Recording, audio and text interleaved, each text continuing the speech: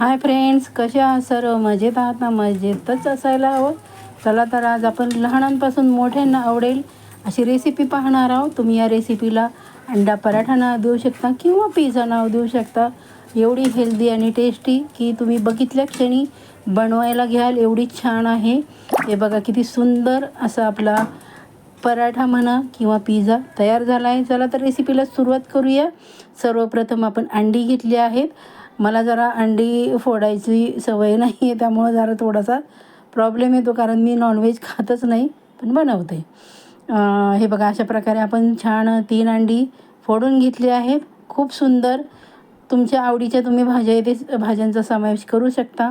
मी इथे कांदा, टोमॅटो आणि कोथिंबिरीचा वापर केला आहे. हे बघा छान असे आपण 3 अंड्याचं बनवत आहोत. खूपच टेस्टी असा आणि पूर्ण व्हिडिओ पाहायचा आहे म्हणजे तुम्हाला कळेल की किती छान आणि टेस्टी आपला नाश्त्याचा प्रकार किंवा पराठा पिझ्झा बनवत आहोत आपण. हे बघा आपण छान अशी 3 अंडी फोडून घेतली आहेत. त्यामध्ये आपण लाल तिखट घातलं आहे. तुम्ही तुमच्या आवडीप्रमाणे कमी जास्त तिखट करू शकता. लहान मुलं असतील तर स्किप करू शकता. तुम्ही मिठाचं बनवलं तरी चालेल. चवीप्रमाणे आपण मीठ घातलं आहे. छान असं आपण फेटून घेणार आहोत म्हणजे जे मीठ आहे ते छान विरघळेल आणि जे आपण लाल तिखट घातलं आहे ते छान एकत्र होईल. खूप युनिक रेसिपी आहे मैत्रिणींनो. तुम्ही कधीही बनवली नसेल अशा प्रकारे, पण अवश्य बनवा. अगदी सारखे सारखे बनवावी लागेल अशी होते. त्यानंतर थोडीशी मी हिरवी मिरचीचे पीसेस टाकले आहे. त्यानंतर टोमॅटो बारीक चिरलेला एक आणि एक बारीक चिरलेला कांदा आपण छान मिक्स करणार आहोत. त्यानंतर राहिलेलं सर्वच मी टाकलं आहे. त्यामध्ये भरपूर प्रमाणात मी कोथिंबीर, राहिलेला कांदा आणि टोमॅटो घालून छान असं आपण मिश्रण तयार केलं आहे की म्हणजे आपला हेल्दी असा पराठा किंवा पिझ्झा तयार होऊ शकतो. यामध्ये तुम्ही शिमला मिरची घेऊ शकता, कोबी घेऊ शकता. मुलं ज्या भाज्या खात नाहीत त्या तुम्ही यामध्ये समावेश करू शकता. अशा प्रकारे आपलं मिश्रण तयार झालं आहे. आपण तव्याला छान असं अगोदर आपण चपाती बनवून घेणार आहोत. मी कणिक वगैरे दाखवली नाही मळलेली, मी डायरेक्ट चपाती दाखवली आहे. लहान मोठी कशा आकाराची तुम्हाला हवी आहे त्या आकाराची तुम्ही बनवू शकता. मी मध्यम आकाराची बनवली आहे, जास्त मोठी पण नाही आणि जास्त छोटी पण नाही. अशा प्रकारे दोन्ही बाजू छान अशा आपण शेकून घेणार आहोत तेल लावून. तेल तुम्ही लावत असाल तर लावा, नसेल लावत तर स्किप केलं तरी चालेल. त्याच तव्यावर आपण आता जे अंड्याचं आणि आपण कांदा, टोमॅटो, कोथिंबीर घालून मिश्रण तयार केलं आहे ते छान असं अशा प्रकारे आपण पसरवणार आहोत. खूप छान होते बघा मैत्रिणींनो.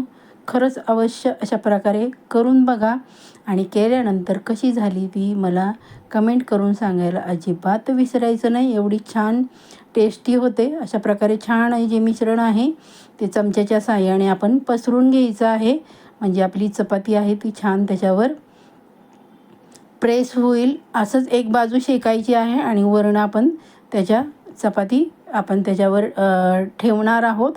हे बघा खूप छान आणि टेस्टी असा आपला अंड्याचा पिझ्झा म्हणा किंवा अंड्याचा पराठा म्हणा आपण बनवत आहोत मैत्रिणींनो. हे बघा आपण एक सर्वांना नम्र निवेदन आहे, आपण अजूनही माझ्या चॅनलला सबस्क्राईब केलं नसेल तर पटकन सबस्क्राईब करून घ्या. बाजूचं जे बेल आयकॉन आहे ते प्रेस करायला अजिबात विसरायचं नाही, जेणेकरून प्रत्येक येणाऱ्या नवीन व्हिडिओचं नोटिफिकेशन तुम्हाला लगेचच मिळेल. हे बघा अशी छान अशी चपाती आपण प्रेस करायची आहे म्हणजे जे मिश्रण आहे ते चिकटेल त्याला आणि छान एक बाजू चांगली शेकून घ्यायची आणि नंतरच आपण पलटी करायची आहे. ही क्रिया आपण मध्यम गॅसवर करायची. मोठा गॅस केला तर तुमचं जे खालचं मिश्रण आहे अंड्याचं ते करपू शकतं आणि चव बिघडू शकते. त्यानंतर राहिलेलं मिश्रण आहे ते आपण अशा प्रकारे पसरून घेणार आहोत. दोन्ही बाजूला मिश्रण लावायचं म्हणजे छान असं खायला टेस्टी असा आपला पराठा किंवा पिझ्झा तयार होतो आहे. बाहेरचं देण्यापेक्षा घरचं कधी पण मैत्रिणींनो अगदी छानच आहे बघा. कारण बाहेर तुम्हाला माहीत नसतं भाज्या कशा वापरल्या जातात, स्वच्छता किती असते. तुम्ही असं वेगवेगळं मुलांसाठी बनवा आणि मुलांना खाऊ घाला. मुलं खुश होतील, बाहेरचं मागणारच नाहीत. आणि बेल आयकॉन प्रेस केल्यानंतर रेसिपी जरी आवडली तर तुमच्या मित्रमैत्रिणींना शेअर करायला अजिबात विसरायचं नाही. आणि माझा व्हिडिओ आपण कुठून पाहतात ती पण कमेंट करून सांगायची आहे, म्हणजे मला तुमचे आभार मानण्याची संधी मिळेल. छान असं बघा आपण हे कोरडं झालं आहे बघा थोडंसं प्रमाण, पण हळूहळू पलटायचं आहे, कारण अंड्याचं जे मिश्रण आहे ते अजून घट्ट झालं नाही, कारण पलटी करताना ते विस्कटू शकतं. हळूच अगदी सगळ्या बाजू सोडून घ्यायच्या आहे खालच्या, आणि नंतर आपण हळूच अगदी ते पलटी करणार आहोत.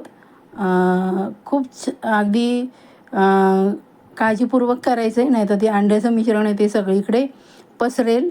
हे बघा अगदी हळूच पलटी करायचं आहे, तरी पण थोडंसं पसरलं, माझं पण तव्यावरच पसरलं. त्यानंतर आपण जे कडेचं आहे ते असं आतमध्ये प्रेस करायचं, ढकलून द्यायचं आणि छान असं प्रेस करायचं. दोन्ही बाजू छान अशा शेकून घ्यायच्या आहेत आणि शेकल्यानंतर खूप छान होते. अशा प्रकारे मुलांसाठी तुम्ही डब्याला देऊ शकता, जर स्कूलमध्ये शाळेमध्ये त्यांच्या चालत असेल तर, किंवा तुम्ही मुलांच्या जेव्हा छोटी मोठी भूक असते तेव्हा तुम्ही जी राहिलेली चपाती असते, पोळी असते, त्याचं पण बनवू शकता, किंवा ताज्या चपातीचं पण बनवू शकता. मी ताज्या चपातीचंच बनवलं आहे बघा. हे बघा किती छान असं खरपूस भाजून घ्यायचं आहे, एक नंबरच चव लागते बघा. मी दुसरं पण दाखवते बघा तुम्हाला. अशा प्रकारे आपण छान एक बाजू आपण अगोदर अंड्याचं मिश्रण घातलं, त्याच्यानंतर चपाती त्याच्यावर ठेवली आणि राहिलेलं जे मिश्रण आहे ते आपण त्यामध्ये घालून घेतलं, आणि परत आपण हळूच ते आपण सगळ्या बाजू सोडवून, म्हणजे खालची बाजू पूर्ण काढून आपण ती हळूच पलटी करणार आहोत. खूप सुंदर आणि युनिक रेसिपी आहे मैत्रिणींनो, अवश्य बनवून बघा, आणि बनवल्यानंतर कशी झाली ती मला कमेंट करून सांगायला अजिबात विसरायचं नाही. हे बघा किती छान असं आपला परतून पलटी करून झाला आहे. मग छान अशा आपल्या दोन्ही बाजू छान शेकून घ्यायच्या, आणि थोडासा कोमट झाल्यानंतर आपण अशा प्रकारे त्याचे पीसेस करायचे, जसे पिझ्झाचे पीसेस करतात त्याप्रमाणे चाकूने पीसेस करून घ्यायचे आहेत. मुलं अगदी मागून मागून खातील एवढी युनिक रेसिपी आहे मैत्रिणींनो, अवश्य अशा प्रकारे बनवा. हे बघा किती सुंदर झाली आहे बघा आपल्या अंड्याचा पराठा किंवा पिझ्झा. बघा किती छान दिसतो आहे, बघू शकता आपण किती छान मिश्रण लागलं गेलं आहे, आणि चव तर म्हणाल ना तर एक नंबरच भन्नाट आपल्या अंड्याचा पराठा किंवा पिझ्झा तयार झाला आहे मैत्रिणींनो. छान असं बघा मी त्याचे पीसेस केले आहेत, बघू शकता आपण किती सुंदर झाला आहे. चला तर मग अशा प्रकारे बनवा, आणि बनवल्यानंतर सर्वांना आवडली की नाही रेसिपी ती कमेंट करून सांगायला अजिबात विसरायचं नाही. पटकन एक लाईक करायचं आहे, सबस्क्राईब करायचं आहे, हाईप करायचं आहे, आणि रेसिपी जरा जरी आवडली तर शेअर करायची आहे तुमच्या मित्र आणि मैत्रिणींमध्ये. माझा व्हिडिओ आपण शेवटपर्यंत पाहता त्याबद्दल आपणा सर्वांचे मनःपूर्वक धन्यवाद. चला तर मग भेटूया आपल्या पुढच्या व्हिडिओमध्ये छानशी रेसिपी घेऊन, जी की तुम्हाला आवडेल आणि वेगळ्या पद्धतीने बनवलेली असेल.